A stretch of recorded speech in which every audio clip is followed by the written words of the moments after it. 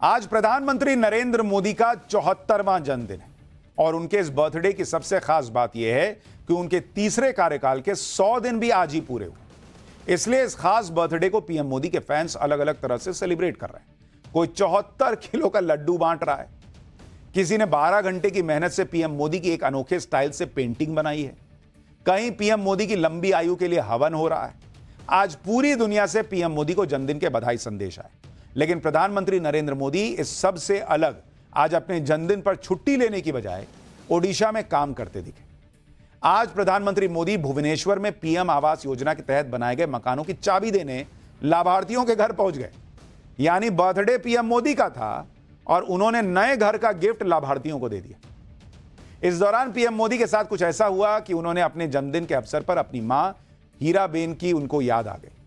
दरअसल पीएम मोदी कभी अपना जन्मदिन नहीं मनाते, वो कोई केक नहीं काटते, वो किसी सरकारी खर्चे पर किसी बड़े से शिप पर या हवाई जहाज में अपना बर्थडे सेलिब्रेट नहीं करते। पीएम मोदी अपने जन्मदिन पर अपनी मां हीराबेन से आशीर्वाद लेने गांधीनगर जाया करते थे और उनके हाथ से मुंह मीठा करके वापस दिल्ली आते थे। लेकिन अब मां रही नहीं दुनिया में, इसलिए जन्मदिन पर मां के हाथ से मुंह मीठा करने का सिलसिला भी रुक गया। आज जब पीएम मोदी प्रधानमंत्री आवास योजना के लाभार्थी के घर पहुंचे तो उस परिवार के लोगों ने पीएम मोदी को उनकी पसंदीदा खीर खिलाई। परिवार के लोगों को पता था कि आज पीएम मोदी का जन्मदिन है और इस अवसर पर पीएम मोदी की तरफ से मकान के रूप में सबसे कीमती गिफ्ट मिला इस परिवार को, इसलिए पीएम मोदी को खीर खिलाकर उनका मुंह मीठा करवाया गया। इस दौरान पीएम मोदी भावुक भी हो गए, अपनी मां को याद करते हुए एक किस्सा भी शेयर किया। पहले आप वो किस्सा सुनिए, इसके बाद बताऊंगा कि किस तरह से पीएम मोदी को देश भर से बर्थडे विशेज आई हैं। तस्वीरें देखेंगे तो आप चौंक जाएंगे, लेकिन पहले जरा पीएम को सुनिए। मैं हमारे एक आदिवासी परिवार के गृह प्रवेश के कार्यक्रम में उनके घर भी गया था। उस परिवार को भी अपना नया पीएम आवास मिला है। उस परिवार की खुशी, उनके चेहरों का संतोष मैं कभी नहीं भूल सकता। उस आदिवासी परिवार ने मुझे, मेरी बहन ने खुशी से खीरी भी खिलाई और जब मैं खीरी खा रहा था तो स्वाभाविक था कि मुझे मेरी मां की याद आना, क्योंकि जब मेरी मां जीवित थी तो मैं जन्मदिन पर हमेशा मां के आशीर्वाद लेने जाता था और मां मेरे मुंह में गुड़ खिलाती थी। लेकिन मां तो नहीं है, आज एक आदिवासी मां ने खीर खिलाकर मुझे जन्मदिन का आशीर्वाद दिया। ये अनुभव, ये एहसास मेरे पूरे जीवन की पूंजी है। गांव, गरीब, दलित, वंचित, आदिवासी समाज के जीवन में आ रहा ये बदलाव, उनकी ये खुशियां ही मुझे और मेहनत करने की ऊर्जा देती है। आज प्रधानमंत्री मोदी जिस परिवार को घर गिफ्ट कर रहे थे, उस परिवार से उन्होंने बात भी की।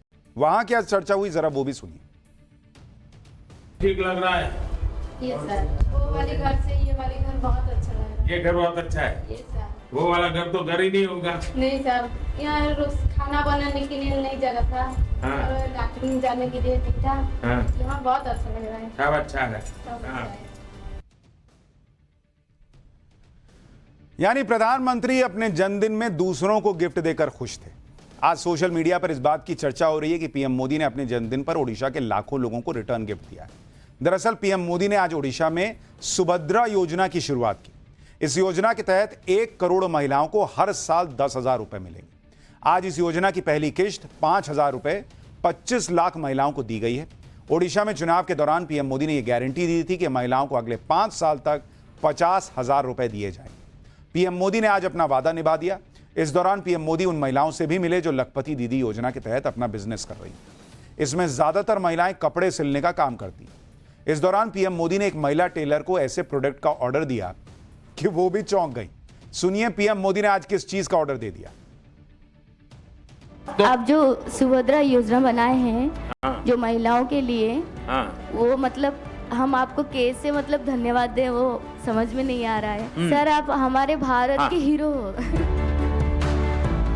वो कोयले में से निकलता है हीरा। कोहिनूर हीरा। सर कोहिनूर हीरा। सर पूरा भारत के नहीं, पूरा मतलब आप पूरा नेशनल इंटरनेशनल सबसे भी हीरो है आप हमारे गांव में आए, हम बहुत खुश हैं, ग्रामवासी भी बहुत खुश है। इंडिपेंडेंट होने के लिए आप बैंक से लोन देते हैं, इसीलिए हम बहुत आभारी हैं आपके। क्या बिजनेस करते हैं? सिलाई करते हैं। सिलाई करते हैं जी। ऐसा कुर्ता बना दोगी? हाँ जरूर बना लेंगे। अच्छा तो मुख्यमंत्री जी को दीजिए, मैं पहनूंगा। पीएम मोदी के अपने जन्मदिन पर ओडिशा में व्यस्त रहने की तस्वीरें आपने देखी, लेकिन देश भर में लोगों ने अपने अलग अलग अंदाज से उनका जन्मदिन मनाया। आज यूपी के मुख्यमंत्री योगी आदित्यनाथ पीएम मोदी के जन्मदिन मनाने के लिए वाराणसी पहुंच गए।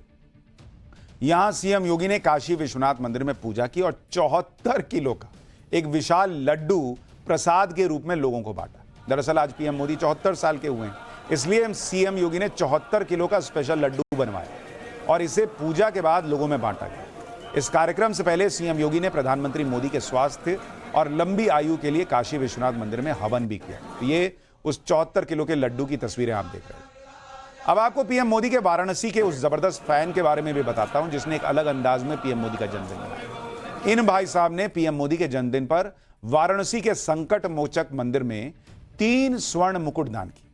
अब ये मुकुट मंदिर में विराजे भगवान राम, लक्ष्मण और माता सीता को पहनाए जाएंगे। इन मुकुट का वजन करीब 1.25 किलो है और इसमें सबसे ज्यादा गोल्ड का इस्तेमाल हुआ है। इन सभी स्वर्ण मुकुट की कीमत करीब 41 लाख रुपए बताई गई।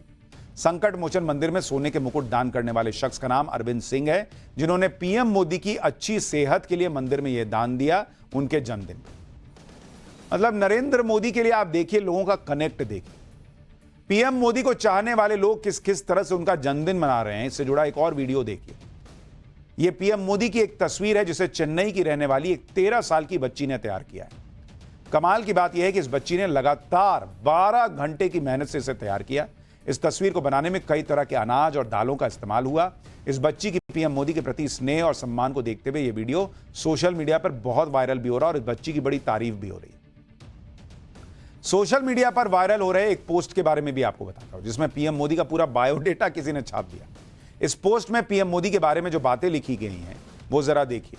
इसमें लिखा है, नाम नरेंद्र मोदी, सीएम रहे 13 साल, पीएम रहे 10 साल, लीव यानी छुट्टी ली 0, स्कैम किया 0, हाउस घर 900 स्क्वायर फीट में जो कि खरीदा था 2002 में, कीमत थी 1 लाख रुपए, property 0, favours done to his family यानी अपने परिवार के लिए क्या कुछ अलग से कुछ कर दिया, फेवर कर दिया 0, बिगेस्ट एलिगेशन यानी प्रधानमंत्री नरेंद्र मोदी पर सबसे बड़ा आरोप क्या है, हार्डकोर पैट्रियट है यानी कट्टर देशभक्त है, ये उन पर सबसे बड़ा आरोप है। इन सारी बातों को देखकर लोग सोशल मीडिया पर लिख रहे हैं कि इस पोस्ट में पीएम मोदी के जीवन के 74 सालों का सार छुपा हुआ है। पीएम मोदी के 74वें जन्मदिन पर लोग सोशल मीडिया पर उनकी पुरानी तस्वीरें भी शेयर कर रहे हैं। इनमें से बहुत सी तस्वीरें उस दौर की हैं जब नरेंद्र मोदी गुजरात में अपने घर वडनगर और अहमदाबाद के बीच अपने जीवन के दिन गुजार रहे थे। इन तस्वीरों के बीच एक तस्वीर 1967 की है जिसमें नरेंद्र मोदी 17 साल की उम्र के हैं और वो दिख रहे हैं। ये देखिए तस्वीर, ये 17 साल के नरेंद्र मोदी को आप देख रहे हैं जब नरेंद्र मोदी अपना घर छोड़कर तपस्या के लिए जंगल जाने का विचार बना चुके थे। अब आपको नरेंद्र मोदी के बचपन के दौर की भी तस्वीरें दिखाता हूं जो एक ऐतिहासिक हेरिटेज साइट बन चुकी है। यह वडनगर में मौजूद नरेंद्र मोदी का वो स्कूल है जिसमें उन्होंने शुरुआती शिक्षा पूरी की थी। यह नरेंद्र मोदी का स्कूल है। इस स्कूल का नाम वडनगर प्राइमरी स्कूल है, लेकिन अब इसे प्रेरणा स्कूल के नाम से जाना जाता है।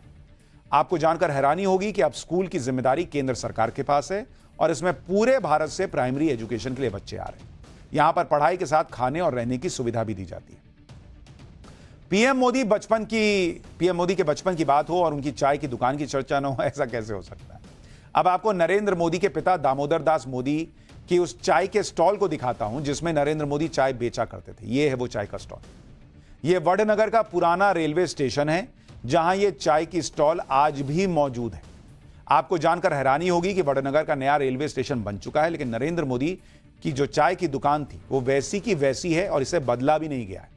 आज की तारीख में यह चाय की दुकान हेरिटेज साइट बन गई है, जिसे लोग देखने आते हैं कि देखें नरेंद्र मोदी कहां चाय बेचते थे। तो जो लोग पूछते हैं कि नरेंद्र मोदी चाय बेचते भी थे या नहीं थे, भैया चाय की दुकान वडनगर के पुराने रेलवे स्टेशन पे आज भी मौजूद है। नरेंद्र मोदी एक तरफ अपनी पारिवारिक जिम्मेदारी संभालने के लिए चाय बेचते थे, दूसरी तरफ राष्ट्र निर्माण के लिए हिंदुत्व का प्रचार करने में भी जुटे थे। उस दौर में भी नरेंद्र मोदी के भाषण सुनने के लिए लोगों की भीड़ आ जाया करती थी। आज आपको 1980 के दशक की वो तस्वीरें दिखा रहा हूं जिसमें नरेंद्र मोदी हिंदुत्व के बारे में भाषण देते दिखाई दे रहे हैं। यह तस्वीर साबरकांठा जिले के एक छोटे से शहर प्रांतिज की है। अब इस तस्वीर का इतिहास भी सुनिए।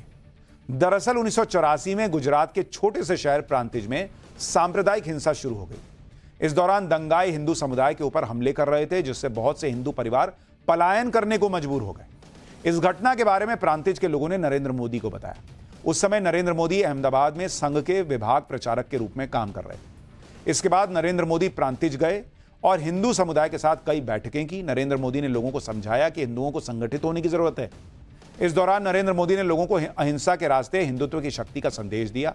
मोदी ने कहा कि अगर हिंदू अपनी संगठित शक्ति का प्रदर्शन करें तो कोई ताकत हिंदुओं की तरफ आंख उठाकर नहीं देख सकती। इसके लिए नरेंद्र मोदी ने जन्माष्टमी के मौके पर एक शोभा यात्रा निकाली, जिसमें हजारों की संख्या में हिंदू शामिल हुए।